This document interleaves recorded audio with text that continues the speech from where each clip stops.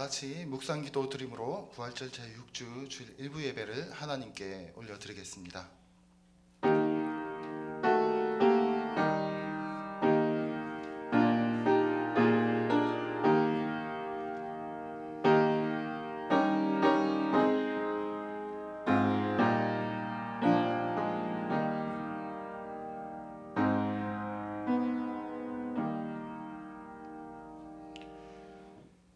주 여호와께 학자들의 혀를 내게 주사 나로 공고한 자로 말로 어떻게 도와줄 줄 알게 하시고 아침마다 깨우치시되 나의 길을 깨우치시사 학자들같이 알아듣게 하시도다. 아멘. 하나님은 영이시니 예배하는 자가 영과 진리로 예배할지니라. 아멘.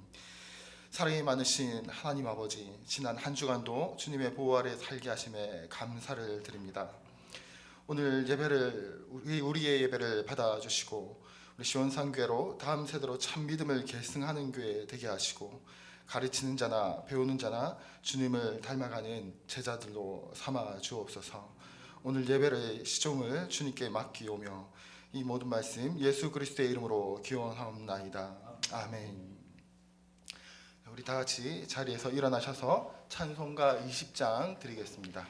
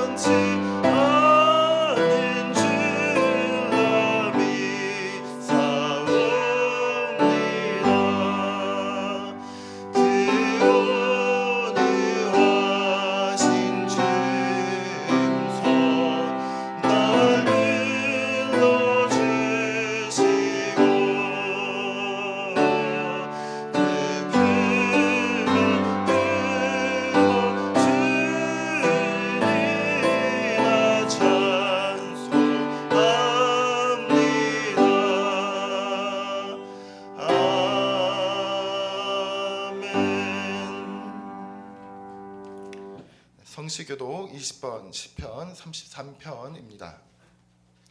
너희 의인들아 여호와를 즐거워하라. 찬송은 정직한 자들이 마땅히 할 바로다.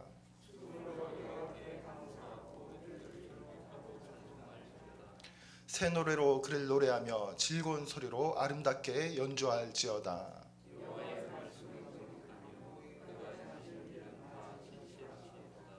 그는 공의와 정의를 사랑하시며 세상에는 여호와의 인자하심이 충만하도다.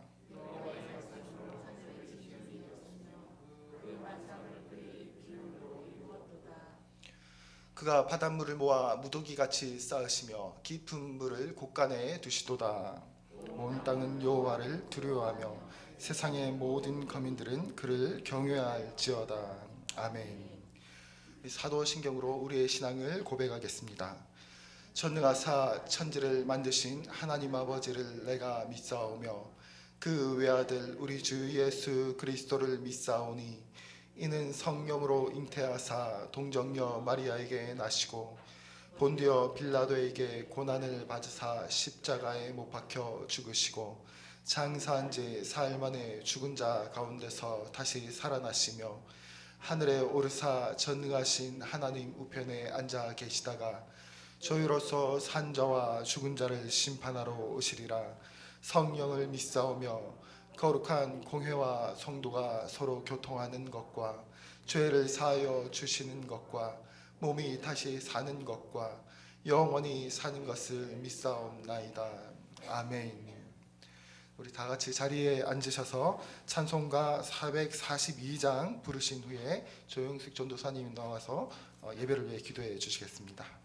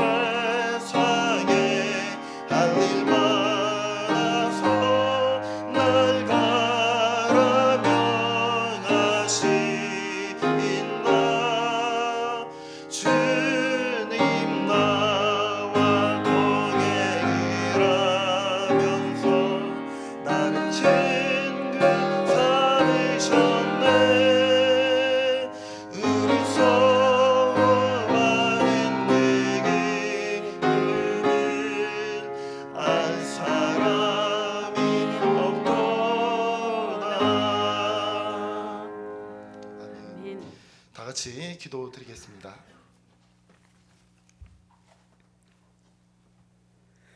푸르른 5월 가정의 달, 사랑하는 가족들이 영육의 강건함으로 신령과 진정으로 예배드리게 하심에 참 기쁨과 감사를 올려드리옵나이다. 영광받아 주시옵소서. 하나님의 놀라운 사랑 가운데 거하면서도 옛 구습을 버리지 못하고 시간 거룩한 백성으로 살기보다는 세상의 부요함과 나의 생각이 먼저 앞서서 결정하는 어리석었음을 고백합니다. 수없이 반복되는 죄악들을 회개합니다. 용서하여 주시옵소서. 예수님, 그 보혈의 피로 깨끗하게 정결하게 씻어 주시옵소서. 너희는 이 세대를 본받지 말고 오직 마음을 새롭게 함으로 변화를 받아 하나님의 선하시고 온전하신 뜻이 무엇인지 분별하도록 하라. 아멘. 세상과 경제가 질병으로 힘들고 불안할지라도 사랑하는 시온산의 성도님들, 한마음 한뜻으로 새 생명을 얻은 기쁨 속에 언제나 항상 하나님의 말씀을 더 뜨겁게 사랑하는 그리스도의 영으로 충만케 하여 주시옵소서. 전능하신 하나님 아버지, 대한민국 온 백성들이 하나님만을 의뢰하며 정직함으로 낮아지고 겸손함으로 순종하며 복종하길 원합니다.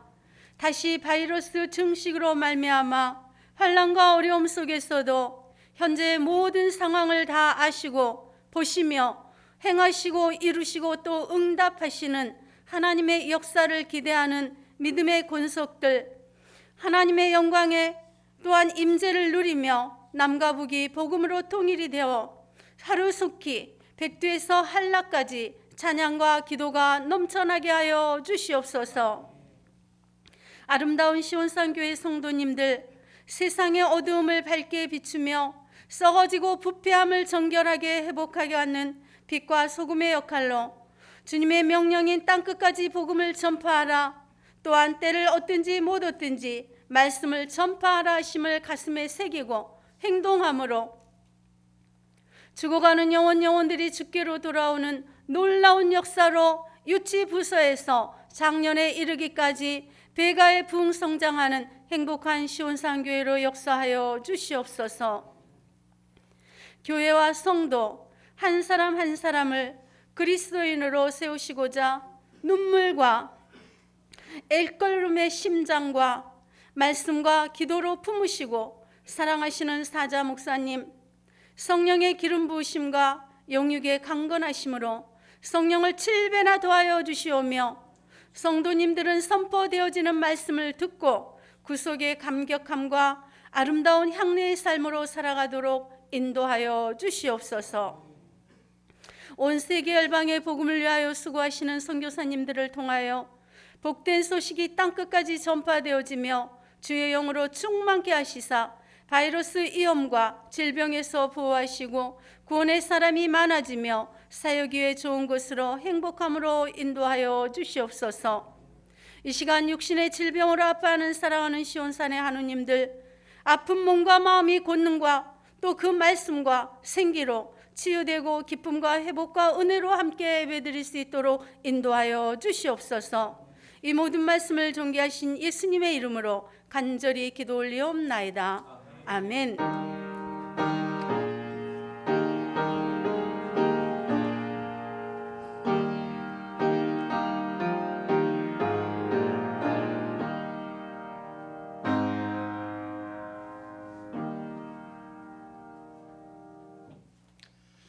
오늘 우리에게 주신 하나님 말씀은 마태복음 23장 8절로 12절 말씀입니다. 신약성경 39쪽입니다. 마태복음 23장 8절로 12절, 신약성경 39쪽입니다.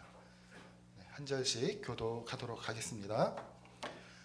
그러나 너희는 랍비라 칭함을 받지 말라. 너희 선생은 하나요 너희는 다 형제니라.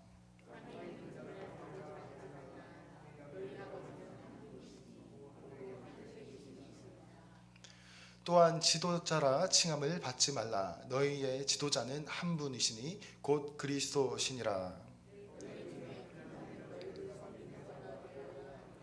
함께 읽겠습니다. 누구든지 자기를 높이는 자는 낮아지고 누구든지 자기를 낮추는 자는 높아지리라. 아멘. 이 시간에는 담임 목사님이 나오셔서 스승과 제자의 자세라는 제목으로 말씀 전하실 때 큰 은혜 받으시기 바랍니다.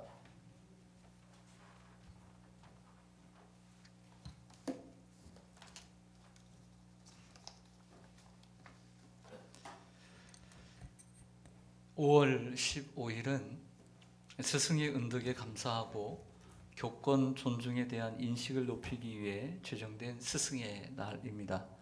1958년 청소년 적십자 단원이었던 강경 여자 중고등학교 학생들이 현직 선생님과 은퇴하신 선생님 그리고 병중에 있는 선생님들을 자발적으로 임원한 데서 스승의 날이 시작되었습니다. 처음에는 5월 26일을 은사의 날로 정해서 스승의 은덕에 감사하다가 1965년 우리 민족의 가장 큰 스승인 세종대왕의 생일을 기념하기 위해서 또 그날을 또 생일을 5월 15일로 바꾸게 되어서 스승의 날로 지키게 되었습니다. 군부 독재 가운데 10여 년 동안 지켜지고 있지 않다가 1982년 제정된 각종 기념일 등에 관한 규정에 따라 법정 기념일로 지금까지 지키고 있습니다. 교회력으로는 사실 5월에는 첫째 주에 어린이 주일, 둘째 주는 어버이 주일로 지키고 있습니다. 공식적으로는 셋째 주일을 스승의 주일로 지키지 않습니다. 네. 그러나 개별적으로 교회에 따라 교회 교사들을 위로하고 또 격려하는 시간들을 갖습니다. 옛말에 제자는 스승의 그림자도 밟지 않는다는 말이 있었습니다. 하지만 이 말은 스승을 어렵게 여기고 또 존경하라는 뜻이었지만 현재 이 말은 우리와 거리가 먼 것 같습니다. 학교의 선생님들이 뉴스를 보면 학생들의 잘못을 지적하고 그리고 꾸짖다가 도리 학생들에게 욕설을 듣고 그리고 뺨을 맞고 구타를 당한다는 뉴스를 보면 그렇지 않은 것 같습니다. 오늘은 오래간만에 5월 15일 스승의 날을 지나면서 성경이 말씀하는 스승과 제자 그리고 스승이라면 스승 또 제자라면 제자의 입장에서 나는 바른 스승과 바른 제자의 길을 걷고 있는가 또 돌아보고 그리고 그 길을 걸어갈 수 있기를 간절히 원합니다. 먼저는 스승의 필요성입니다. 따라서 하겠습니다. 스승의 필요성. 여러분들이 살아오시면서 스승은 필요하다고 생각하십니까? 스승은 필요할까요? 디모데전서에 보면 이 세상 사람들이 많은 것을 스승을 둘 것이다 이렇게 얘기를 하고 있습니다.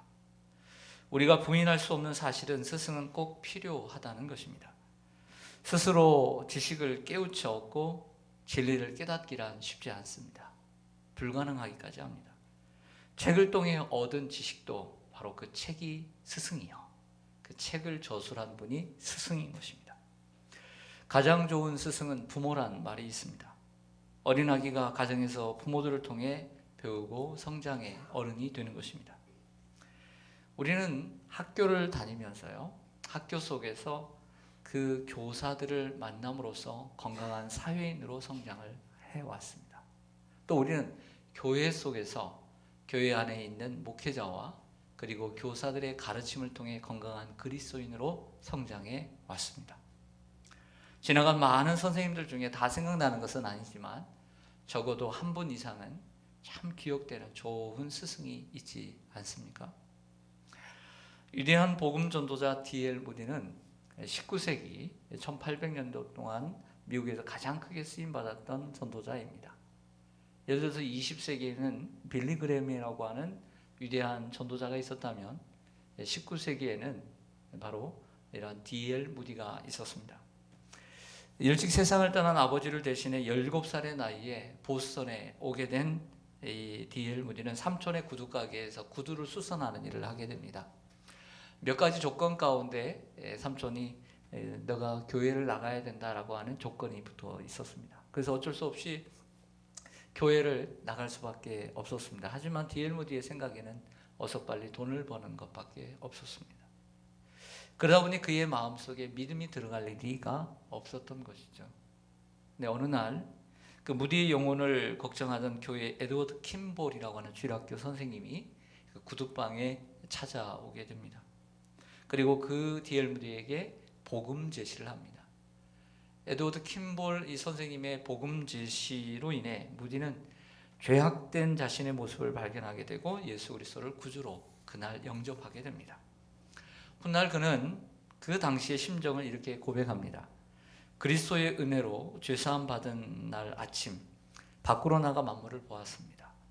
태양이 그토록 사랑스럽게 보인 적이 없었습니다. 지저귀는 새소리도 내 마음을 감동시켰습니다. 모든 것이 달라졌습니다.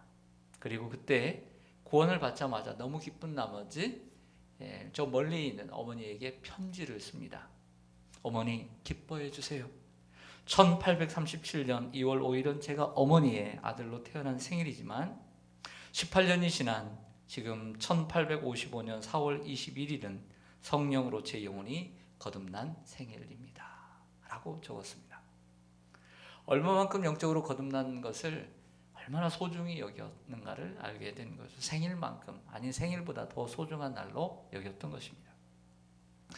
사실 D.L. 무디의 업적은 그의 전기를 보면 너무나 많습니다. 그래서 에드워드 킴볼이라고 하는 선생님의 이름이 사실은 많이 드러나지 않습니다. 그만큼 D.L. 무디의 업적이 큽니다. 하지만 에드워드 킴볼 선생님의 영혼 사랑이 D.L. 무디의 영혼을 거듭나게 했고 인생의 목적을 바꿔놨어요. 돈이라고 하는 삶의 목적을 하나님이 기뻐하신 일을 하는 사람으로 바꾸어 놓았습니다. 교사가 필요할까요? 어떤 부분에서 교사가 필요할까요? 두 가지 부분입니다. 첫째는 사도행전 8장 31절에 보면 에티오피아 내시 간다게 여왕의 국고를 맡은 한 신하가 예루살렘에서 예배하고 돌아가는 길에 빌립을 만납니다.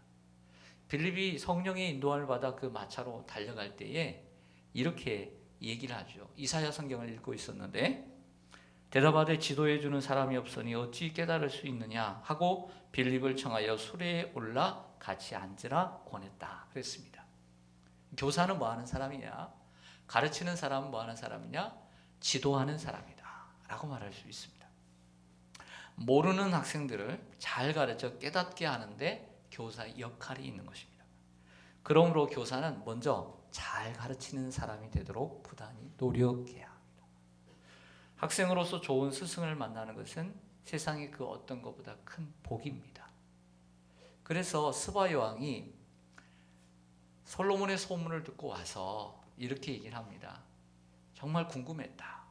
근데 진작 와서 당신의 지혜를 들으니 내가 들은 것보다 더 갑절이나 더 많도다.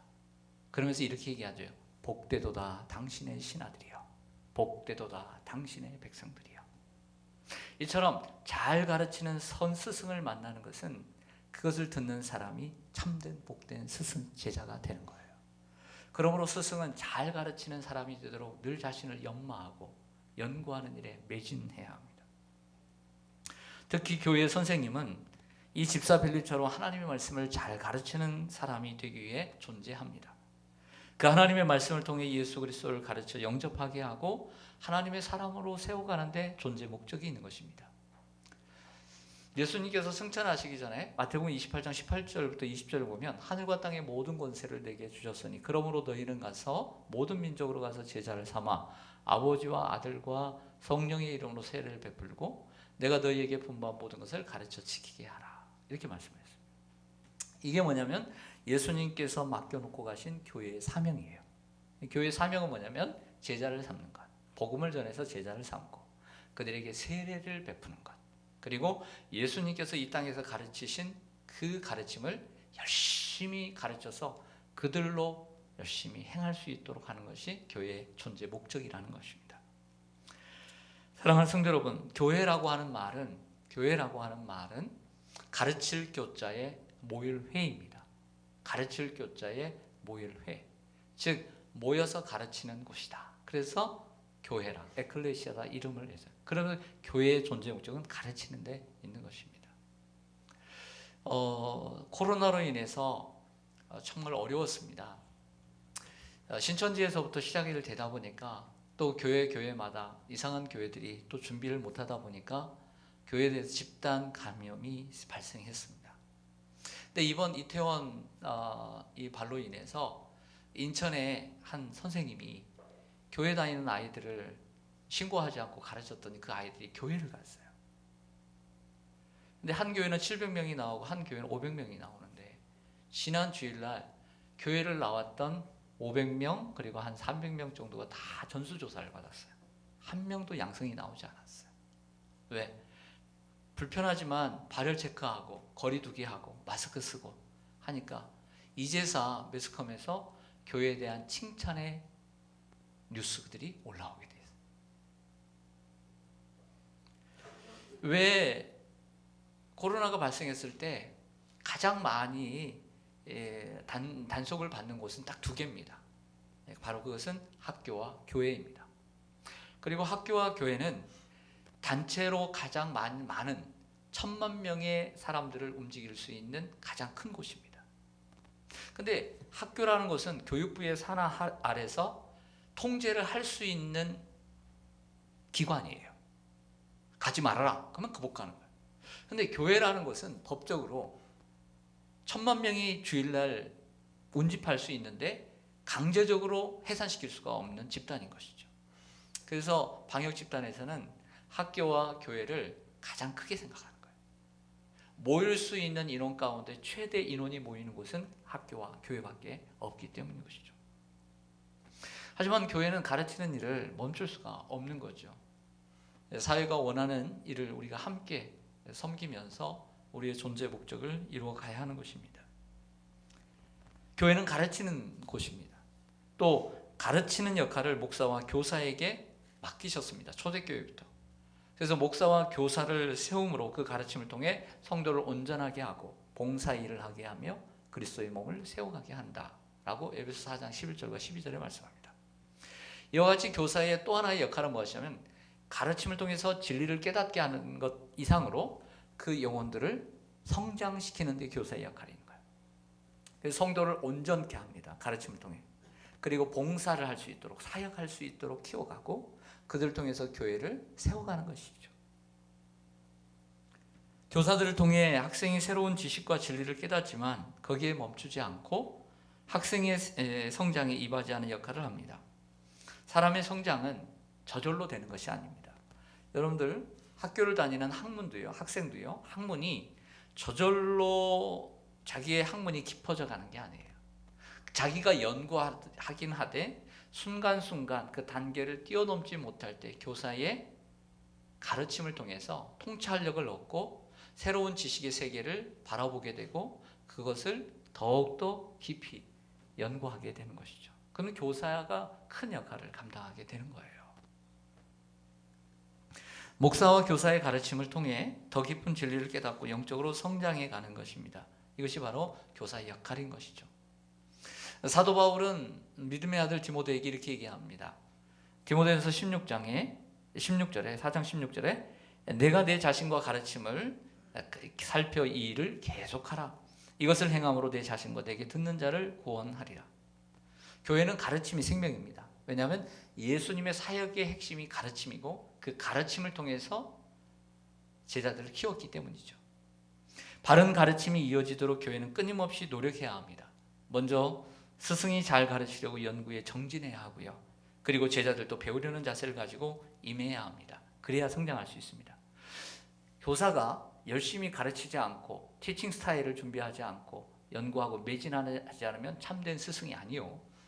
제자가 열심히 스승에 대해서 열심히 그 말씀을 배우려고 쫓아다니지 않는 제자도 참된 제자가 될 수가 없다. 이것을 기억해야 돼요.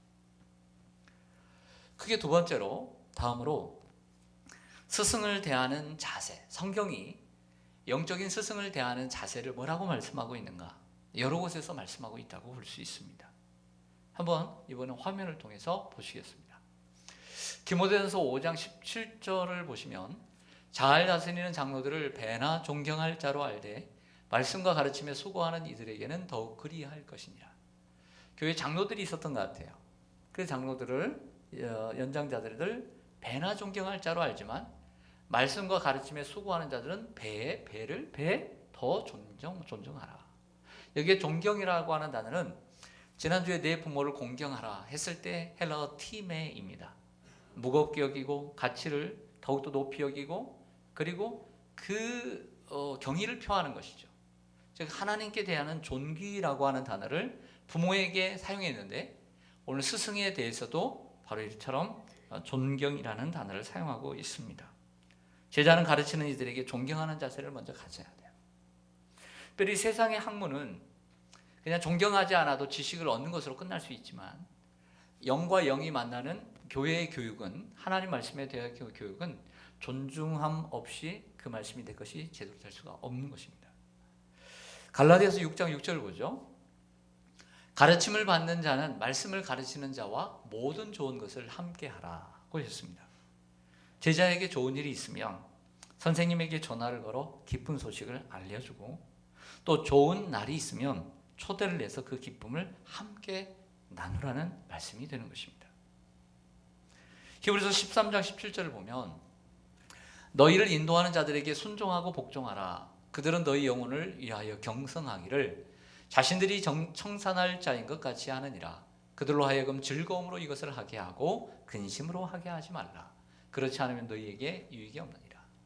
히브리 13장을 보면 너희를 인도하는 자들에게라고 하는 이러한 패턴이 3번 나오는데 순종하고 복종하는 이러한 자세를 가져야 돼요. 그리고 또한 우리 영혼을 인도하는 이들에게 즐거움으로 그 일을 할 수 있도록, 반대로 근심하게 하지 않도록.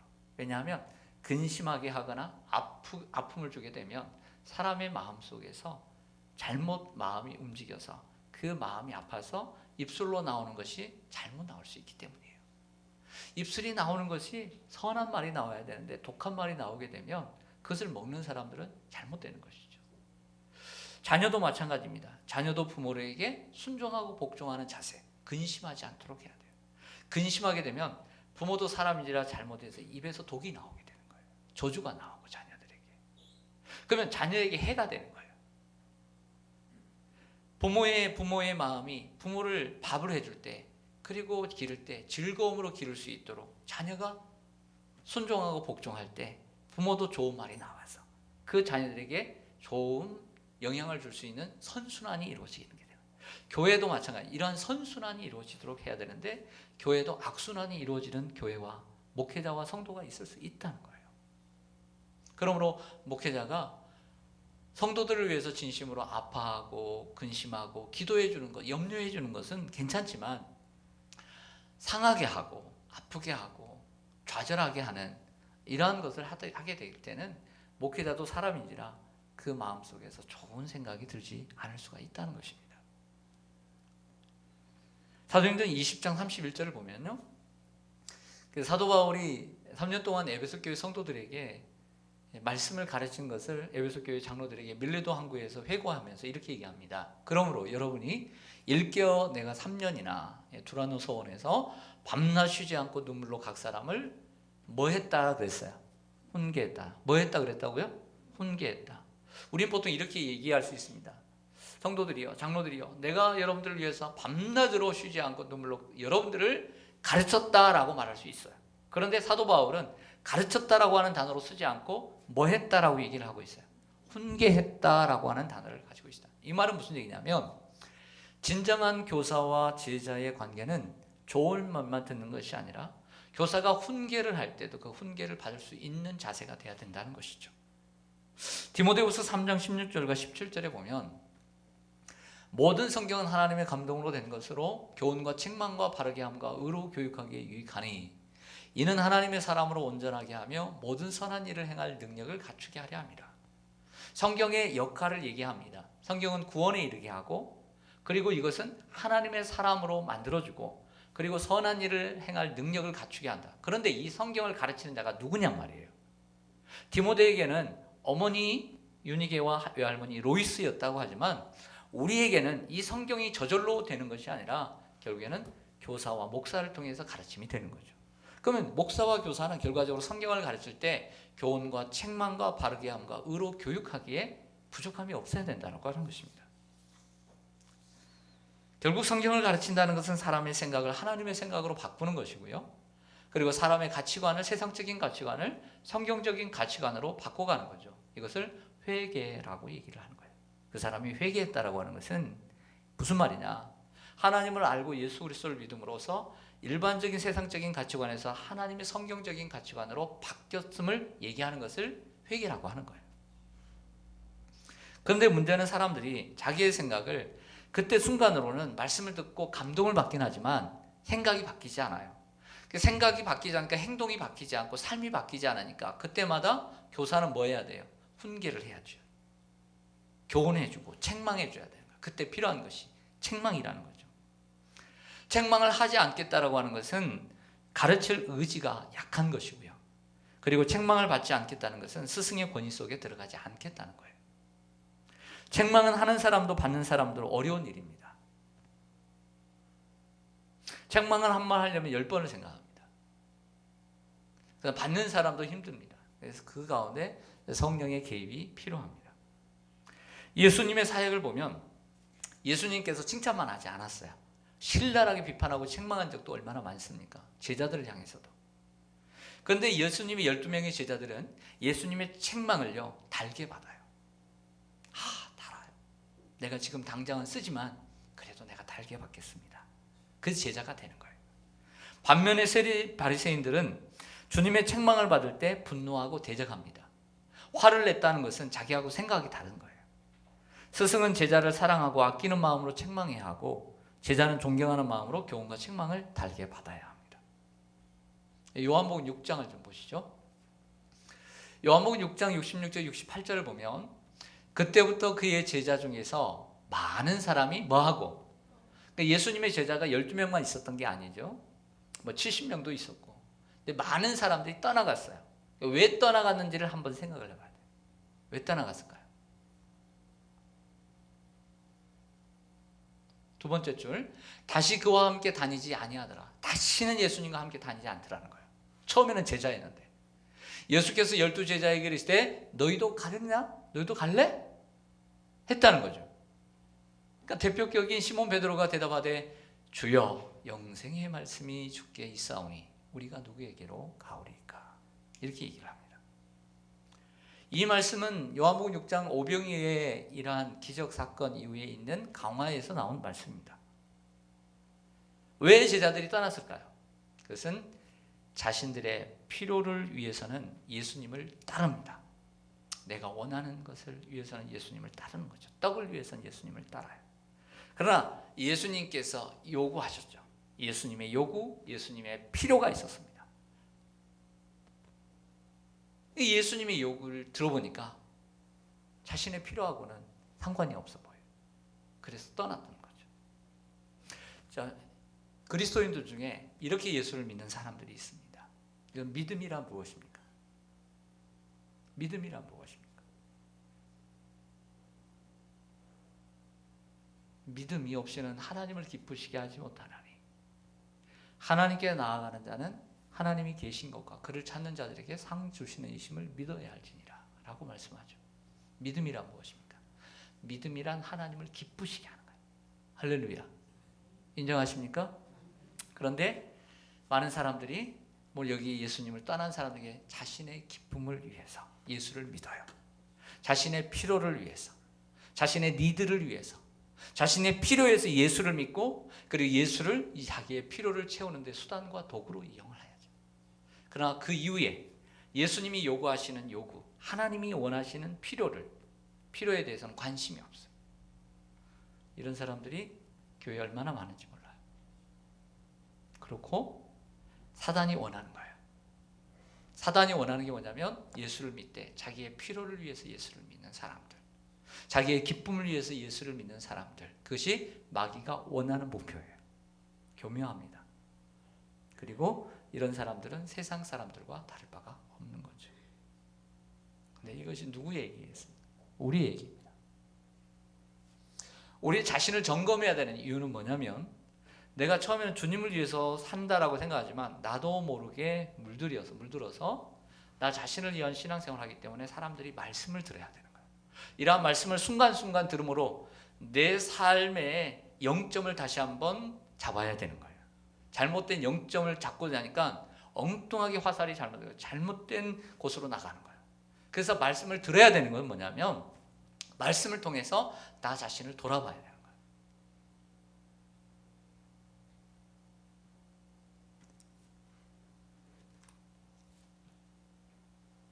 예수님의 요구 앞에서는 많은 사람들이 예수님을 떠나가 버립니다. 그러자 남은 12제자에게 예수님이 묻죠. 너희도 가려느냐? 이에 베드로가 주여 영생의 말씀이 주께 있사오니 우리가 누구에게로 가오리까? 대답을 합니다. 자, 이 대화 속에서 우리는 진정한 제자가 누구인가를 발견하게 됩니다. 진정한 제자는 무엇일까요? 진정한 제자는 말씀의 가치를 아는 사람입니다. 말씀의 가치를 아는 사람은 필연적으로 자기에게 말씀을 가르쳐주는 사람에게 대하여 순종하게 되고 따르게 되어 있습니다. 그 사람이 제자입니다. 말씀의 가치를 아는 사람. 자, 끝으로 스승에 대해서 먼저 뭘 생각했냐면 스승이 정말 필요한가?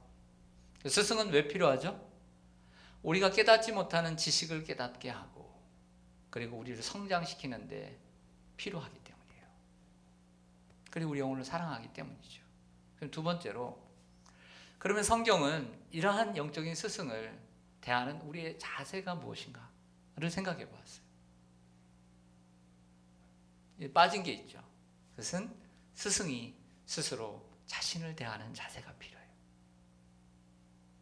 제자들이 스승을 대하는 자세만 풀어놓은 것이 아니라 내가 누구인가에 대한 스승의 자세에 대해서 생각해 보겠습니다.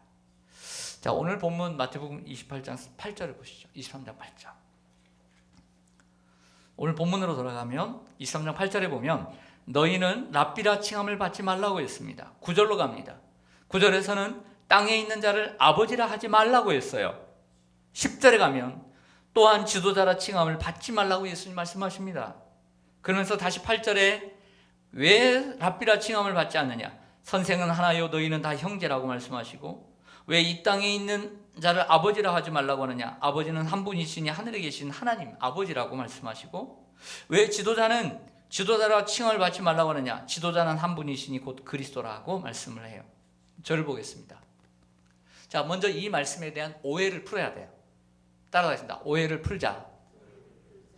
이 말씀에서 우리가 오해를 하지 말아야 될 것이 있습니다. 그건 뭐냐면 우리가 선생님이 계신데 선생님을 스승이라고 부르지 말라. 또 이 땅에 나를 낳아주신 아버지를 아버지라 부르지 말라. 하늘에 계신 아버지만이 아버지다. 또 지도자를 지도자라 칭하지 말라. 지도자는 오직 그리스도라. 이 말씀에 대한 오해입니다. 이 말씀은 그렇게 부르지 말라는 뜻이 아니에요. 오늘 이 말씀은 8절과 9절의 10절의 말씀은 직역하면 안 돼요. 의역해야 돼요. 예수님의 말씀의 중요한 의도가 무엇인가를 봐야 돼요. 여러분, 이 땅에 우리 아버지를 어떻게 아버지라고 안 부릅니까? 날 가르쳐 주시는 목회자와 또 교사들, 학교 선생님들을 어떻게 선생님이라고 안 부릅니까? 불러야 되죠. 그러니까 이 말씀을 고지고대로 직역하면 안 된다는 거죠. 사도 바울은 자신을 가리켜 고린도 교회 교인들을 낳은 아버지라고 얘기를 해요. 자신을. 내가 너희를 낳은 아버지다. 갈라디아 교인들을 가리켜 자신의 자녀들이라고 얘기를 해요. 너희는 내 자녀들이다. 디모데와 디도를 가리켜 내가 믿음으로 낳은 아들이라고 얘기하고 디도를 가리켜는 나의 참 아들이다라고 얘기를 해요. 그리고 스스로를 이방인의 스승이라고 불렀어요. 만약에 사도 바울이 오늘 이 마태복음 23장 8절에서 10절 말씀을 몰랐을까요? 그렇지 않아요. 만약 그렇게 문자 그대로 이해했다면 이렇게 사도 바울은 하지 않죠. 그러므로 오늘 이 말씀은 그렇게 해석해서는 안 된다는 것입니다. 랍비라 칭함을 받지 말고 땅에 있는 자들을 아버지라 하지 말고 그리고 지도자라 칭함을 받지 말라고 하신 예수님의 말씀의 의도와 그리고 요지가 무엇인가를 살펴봐야 되겠죠. 뭘까요? 두 가지로 생각해 볼 수 있습니다. 첫째는요, 이런 말입니다. 스승이라든지 아버지라든지 지도자라든지 이러한 호칭들로 불리는 것을 너무 좋아하거나 너무 애쓰지 말라, 이런 뜻이에요. 사람들은 어딜 가면 사장님, 회장님, 사모님 해주면 다는 아닌데 좀 우쭐해해요. 그 사람들이 고객들을 향해서 왜 그렇게 불러요? 선생님 그리고 사모님이라고 부르는 것이면 그것을 많이 좀 잘 해달라고 부르는 거예요. 예수님의 말씀의 뜻은 사람들에게 높임받고 싶고 대우받고 싶고 대접받고 싶어하는 마음을 갖지 말라, 이런 말이에요. 영적 지도자는 오직 하나님과 예수 그리스도에게 영광을 돌려야 된다라는 말씀을 하고 있는 거죠. 하나님의 영광을 가로채거나 찬탈하지 않도록 자신의 정체성을 확립해야 한다. 교회의 지도자들은 하나님의 말씀을 전하고 그의 법을 가르치는 일꾼에 불과하고 종에 불과하고 그리고 보냄받은 자에 불과하다는 거죠. 쉽게 말하면 오늘 이 말씀은 이 땅의 스승들이여 교만하지 말라, 이렇게 말씀하고 있는 것입니다. 사람들은 자꾸 바리새인들처럼 칭함받기를 좋아해요. 선생님, 스승님, 당신은 내 아버지와 같다, 이런 말을 자꾸 듣고 싶어요. 둘째로 스승이나 아버지나 지도자로서 절대적인 권한을 휘두르고자 하는 이러한 자세와 태도를 경고하신 것입니다. 지도자에게 우리가 순종하고 순복하는 것은 나쁘지는 않아요. 하지만 지도자가 절대적인 권위를 갖고 절대적인 권한을 행사하는 것을 경고하고 있습니다. 여러분, 이번 코로나19 사태로 인해서 온 국민이 이 신천지를 알게 되었습니다. 신천지. 이만희가 전도관에 있다가 그리고 뭐 누구 다른 사람 유재열 밑에 있다가 거기서도 고소하고 예수님 죄이 많아지니까. 그리고 미장이었어요. 미장이에서 그 오너였죠. 그래서 그 저기 박태선의 저기 부천에 그쪽에 가서 그 집 그 판잣집가 다 지어주고 그런 일을 했던 사람. 그 경험을 통해서 배웠던 이단들을 다 배워가지고 자기들의 만의 것을 배우게 되었죠. 근데 교묘한 이러한 전도 수법을 통해서 급속하게 이처럼 교세가 크게 되었습니다. 말도 안 되는 꿰맞추기식 성경 해석도 문제지만 무엇보다도 교주의 권력과 권한이 너무 강해서 그의 말 한마디를 하나님 말씀처럼 생각한다는 것이 문제이죠. 그래서 그 보면 중간 지도자들을 교육할 때 막 산에 눈길로 가기도 하고 막 요즘 뭐 어떤 교회는 뭐 또 먹이기도 하고 상식과 기본에서 벗어나는 일들을 그리고 지도자로서 잘못된 권한을 행사함으로 시키지 말아야 될 일을 시켜 자기 사람을 만들어가는 이러한 잘못된 권한을 행사하는 지도자들 이런 사람들의 태도를 경계하는 것입니다. 어찌 이러한 현상이 이단이나 사이비회에만 있겠습니까? 교황이 있는 천주교뿐 아니라 개신교회에도 간간히 나타나는 현상입니다. 대형 교회일수록 이러한 현상들을 목격할 수 있습니다. 잘못된 교회일수록 이런 현상들이 나타납니다. 목회자들이 성도들을 위해 군림하고 지고한 권위와 무호성을 주장하며 목회자의 말이라면 무조건 믿어야 하고 목회자가 명령한 것이면 그대로 순종해야 한다는 잘못된 의식들을 주입하는 것을 예수님은 경고하고 계신 것입니다. 그렇다고 해서 목회자의 말을 무시하거나 가볍게 여기라는 것은 아닙니다. 목회자가 전하거나 명령한 것이 하나님의 말씀에 부합하다고 맞다라고 판단하고 그리고 그렇게 수긍한다면 그렇게 판단한다면 그 말씀을 따라 살려고 부단히 노력해야 합니다. 그것이 진정 제자의 자세입니다. 그러나 그것이 부합한가 아닌가 생각의 여지도 두지 않는 이것은 잘못된 것입니다. 마태복음 23장 11절에서 12절 오늘 본문의 마지막 부분을 보시면 너희 중에 큰 자는 너희를 섬기는 자가 되어야 하리라. 누구든지 자기를 높이는 자는 낮아지고 자기를 낮추는 자는 높아지리라. 이 말씀 많이 들어보셨죠? 여러분 최고의 스승은 우리 예수님이십니다. 그런데 예수님은 스승으로서 높아지려 하지 않으시고 친히 낮아지셨습니다.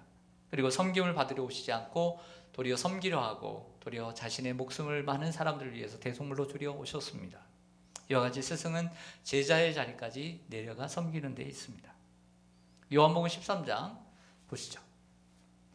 요한복음 13장 13절 예수님께서 마지막 식사 내일 십자가에 못 박혀 돌아가시는 전날 식사를 하시기 전에 제자들의 발을 씻겨주는 장면입니다. 너희가 나를 선생이라 또는 주라 하니 너희 말이 옳도다. 내가 그러하다. 내가 주와 또는 선생이 되어 너희를 발을 씻었으니 너희도 서로 발을 씻어주는 것이 옳으니라. 내가 너희에게 행한 것 같이 너희도 행하게 하려 하여 내가 본을 보인 것이다 라고 말합니다. 예수님은 십자가에 못 박혀 돌아가시기 전날 제자들의 발을 씻겼습니다. 예수님 우리의 주가 되시고 선생이 되시죠. 진정한 스승이십니다. 그런데 제자들의 발을 씻어주셨습니다. 그 이유는 장차 스승의 이 12명의 제자들이 장차 스승의 자리가 될 날이 올 텐데 너희들도 이처럼 나처럼 섬기는 스승이 되어야 한다 라고 본을 보이시려고 했다라고 분명히 말씀합니다. 자, 이 말씀에서 조금 더 가보아야 합니다. 좀 더 가보죠. 마지막 말씀 요한복음 13장 이 말씀을 하시고 난 다음에 이렇게 얘기하십니다. 내가 진실로 헬라어로는 아멘 아멘이에요. 아멘 아멘 너에게 이르노니 종이 주인보다 크지 못하고 보냄을 받은 자가 보낸 자보다 크지 못하나니 너희가 이것을 알고 행하면 복이 있으리라. 여기에 이것이라고 하는 단어는 어떤 뜻일까요? 뭘 가리킬까요? 앞에 있는 것을 수식하는 거죠. 종이 주인보다 크지 못하고 보냄을 받은 자가 보낸 자보다 크지 못하다는 이 사실을 알고서 마음에 늘 새기고 명심하고 이것을 행하면 진정한 복이 있는 스승이 될 것이다. 할렐루야.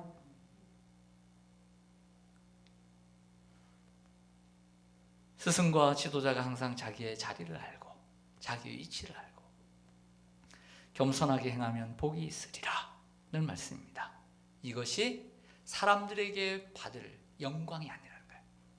이렇게 알고 행하는 것이 스승이 받을 영광스러운 최고의 상급이라는 거예요. 할렐루야. 사람들에게 다 받고 사람들에게 다 누리고 하나님께 받고 누릴 게 뭐 있어요? 하나님 앞에 받을 수 있는 것, 이것을 알고 나는 종이며 나는 보냄받은 하나님의 사람이고 하나님께 쓰임받는 종에 불과하다는 생각을 늘 가지고 이것을 알고 행하면 복이 있으리라. 할렐루야. 이게 스승의 진정한 자세입니다. 성도 여러분, 우리에겐 스승이 필요한가? 필요하다면 왜 필요한가? 그리고 제자로서 스승을 대하는 자세, 그리고 스승 스스로의 자세를 살펴보았습니다. 부디 좋은 스승이 되십시오. 부디 정말 훌륭한 제자가 되십시오. 그래서 서로에게 유익한 존재로 살아가십시오. 기도하겠습니다.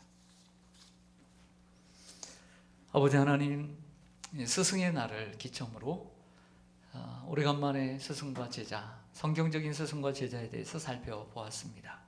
좋은 스승 하나를 만나면 인생이 행복해지고 좋은 스승 하나를 만나면 삶이 행복해지고 삶이 달라지는 줄로 믿습니다. 좋은 스승을 만나서 여기까지 왔습니다. 또 좋은 스승을 두고 살게 하여 주옵소서. 아버지 하나, 우리의 길을 시원케 하는 아버지 하나, 이 세상에 수많은 것들을 스승으로 두지 말게 하시고 아버지 하나님, 주님을 스승으로 두고 살게 하여 주시옵소서. 예수님의 이름으로 기도하옵나이다. 아멘. 우리 찬송가 우리 말씀 생각하면서 595장, 세 명이 함께 길을 걸어가면 그 중에 한 명은 꼭 스승이라 그랬어요. 여러분들도 다 스승입니다. 595장입니다.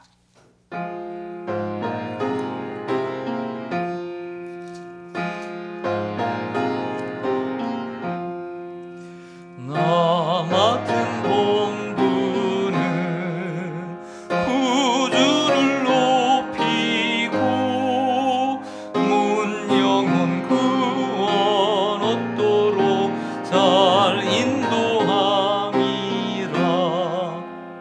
부르심 받들어 내 형제 섬기며 구주의 뜻을 따라서 내 정성 다하리. 주 앞에 모든 일 잘 행케 하시고 이후에 주님 배울 때 상 받게 하소서. 나 항상 깨어서 늘 기도드리며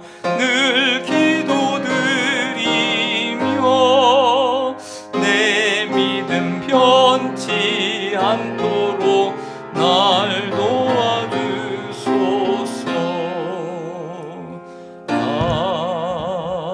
아멘. 기도하겠습니다. 아버지 하나님, 코로나가 다시 극성인 가운데서도 교회 안에 전염자가 없게 하시고 또 아버지 하나님, 저희들 이 날을 주의 날을 거룩한 날로 구별하여 아버지 앞에 나와 예배케 하시니 감사드립니다. 한 주간의 삶을 모아서 또 모아서 하나님 앞에 찬송으로, 하나님 앞에 간절한 기도로, 아버지 하나님, 특별히 아버지 하나님이여 마음이 있는 물질로 하나님 앞에 드리오니 흠양하여 주시옵소서. 거룩하신 하나님, 늘 감사를 잊지 말게 하시고 지난 과거를 인도해 주신 하나님, 지금도 함께 하시고 또 이후에도 함께 하실 주님을 날마다 의지하게 하여 주옵소서. 우리의 신앙의 영점을 잘 잡을 수 있게 해 주옵소서.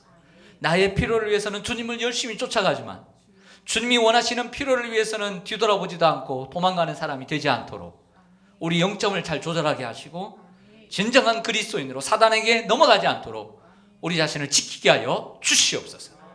거룩하신 주님, 주님 앞에 주일원금을 드립니다. 한 주간의 삶도 인도해 주시옵소서. 하나님, 감사의 물을 기뻐 받아 주시옵시고 힘들고 어려워도 인내하며 우리의 마음속에 욕과 같은 믿음으로 원망하지 않고 감사하게 하여 주시옵소서. 사랑하는 우리의 자녀들의 앞날 인도하여 주시옵소서. 하나님, 그들의 진로를 열어주시고 하나님, 주님 좋은 만남의 축복들을 주시옵소서.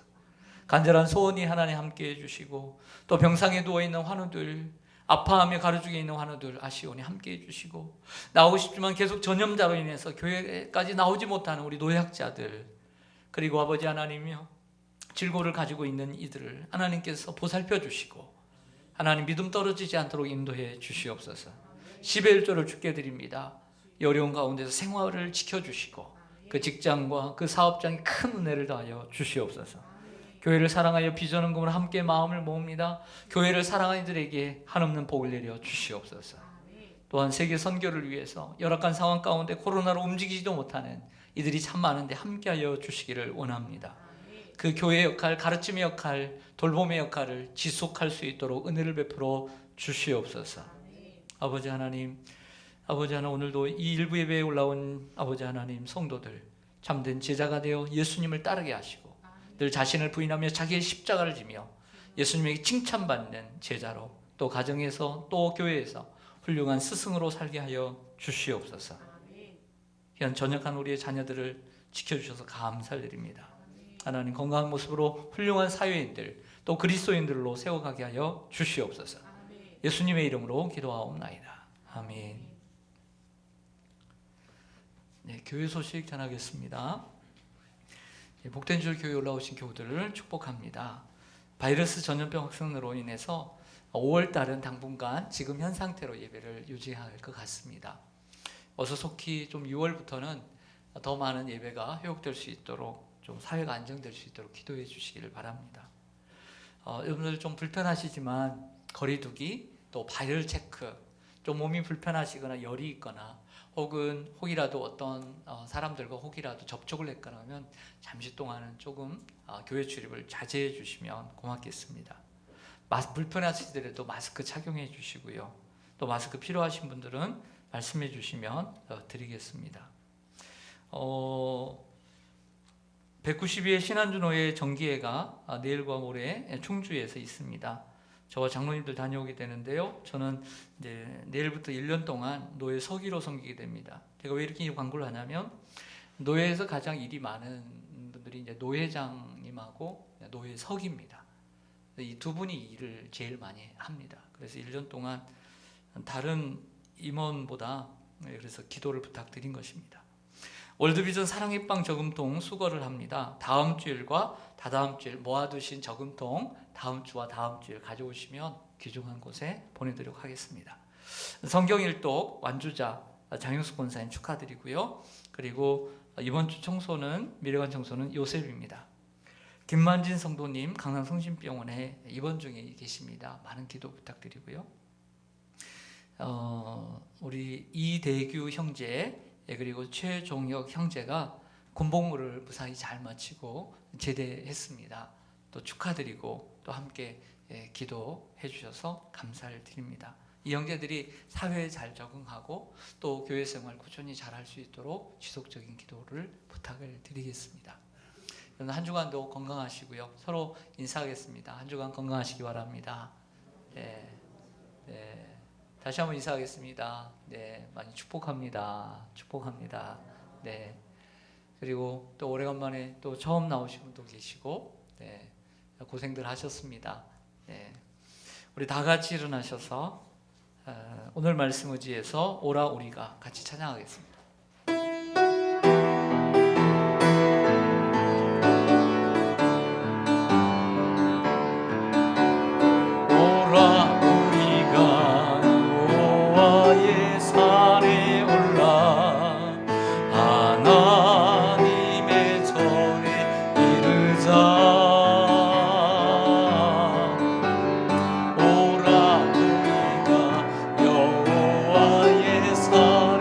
올라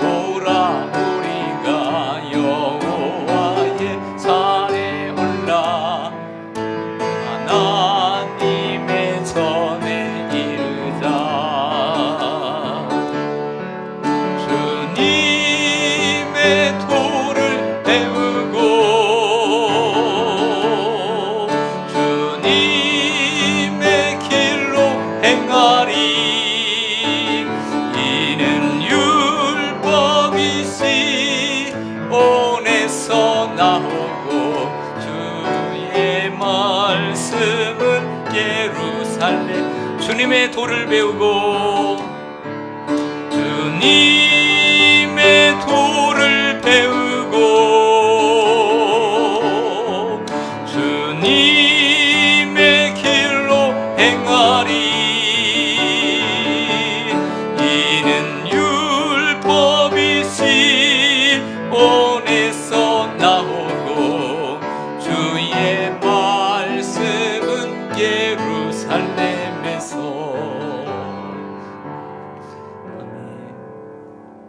이제는 교회 머리가 되시는 예수 그리스도의 크신 은혜와 아버지 하나님의 사랑하심과 성령님의 교통하심이 교회의 존재 목적을 깨닫고 좋은 스승, 훌륭한 제자로 세워져 하나님께 기쁨이 되어드리는 믿음의 삶을 살기로 결심하고 머리 숙인 주의 권속들과 이제 한 주간의 삶을 살아갈 저들의 삶의 모든 한 걸음 한 걸음 위에 특별히 저들이 목숨처럼 아끼는 사랑하는 가족과 자녀손들 위해 저들이 하나님이 주신 귀한 일터와 직장 위에 가정 위에 그리고 몸된 교회와 이 나라 이 민족과 온 세계 열방에 이제로부터 영원토록 함께 있을지어다.